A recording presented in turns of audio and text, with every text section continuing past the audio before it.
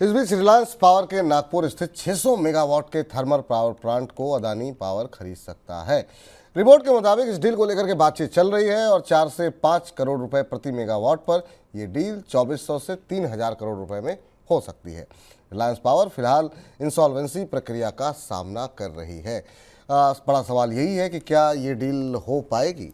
जी देखिए, ये समझने की ज़रूरत है कि इससे पहले भी GSW सज्जन जिंदल की जो कंपनी है उसने ऐसा एक प्रयास किया था, लेकिन वो इसको नहीं खरीद पाई थी। बाद में उन्होंने कहा था वैल्यूएशन का इशू है, इसलिए हम इससे पीछे हटते हैं। देखना ये होगा कि नई कंपनी फिर आगे बढ़ी है, लेकिन क्या वो इस डील पर आगे बढ़ पाती है। जो बात कही जा रही है, जितने रुपए का ये समझौता बताया जा रहा है, क्या इतने रुपए के समझौते में 2400 से 3000 करोड़ रुपए में ये समझौता हो सकता है, ऐसी बात कही जा रही है। 600 मेगावाट का है ये बुटीबोली थर्मल पावर प्रोजेक्ट जो है जिसकी बात हो रही है। तो क्या यहाँ तो वैल्यूएशन के सवाल नहीं आएंगे।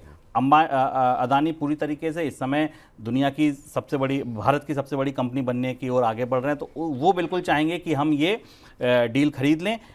कोशिश बात किससे चल रही है? बात उस एसेट रिकंसिलेशन कंपनी से चल रही है, एसेट मैनेजमेंट कंपनी से चल रही है जिसने इसको रिजोल्यूशन प्लान में खरीदा है, जिन्होंने इनका कर्ज खरीदा है, उनसे बातचीत चल रही है। अगर ये खरीदा जाएगा नहीं खरीदा जाएगा, इस पर पूरी बात इस पर आएगी कि ये वैल्यूएशन क्या होती है।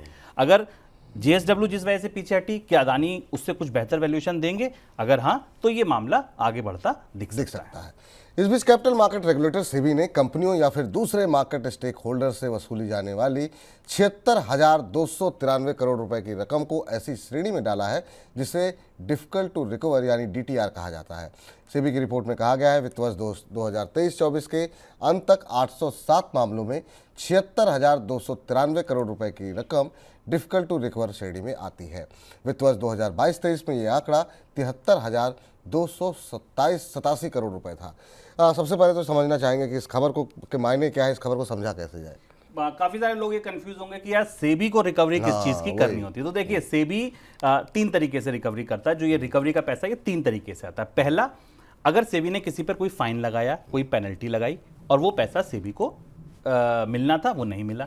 दूसरा, अगर आपने सेबी से कोई सर्टिफिकेशन लिया है या इस तरीके की कोई फीस जो आपको ड्यू समय पर जमा करनी होती है सेबी में, वो आपने जमा नहीं की। और तीसरा कि अगर सेबी ने कोई ऐसा ऑर्डर दिया कि आपको इस स्कीम में निवेशकों के पैसे वापस करने हैं और उसमें वो पैसा वापस सेबी की जिम्मेदारी है। अगर कोर्ट ने कहा सेबी आप सहारा से पैसा लेकर इन्वेस्टर को पैसा दिलाइए, सेबी ने कहा हमने अकाउंट खोला, लेकिन उसके बाद वो पैसा नहीं आया। और इस पूरे मामले में अगर आप देखें, सहारा जिसका मैंने नाम लिया, सबसे बड़ा जो हिस्सा है वो वही कलेक्टिव इन्वेस्टमेंट स्कीम का है जिसमें सहारा इंडिया कॉमर्शियल कॉर्पोरेशन लिमिटेड का नाम आता है। 63,000 करोड़ रुपए यानी कि करीब 61% जो अमाउंट है वो केवल इसी स्कीम का है। 61% अमाउंट इसी स्कीम का है। इसके अलावा जो मामले हैं वो कहां पेंडिंग, अच्छा ये रिकवरी क्यों नहीं हो पा रही है? क्योंकि इनमें से कुछ मामले कोर्ट्स में पेंडिंग है। तो सेबी रिकवरी कहां से करता है? इन 3 जगहों से। रिकवरी क्यों नहीं हो पा रही है? क्योंकि मामले कोर्ट में पेंडिंग है।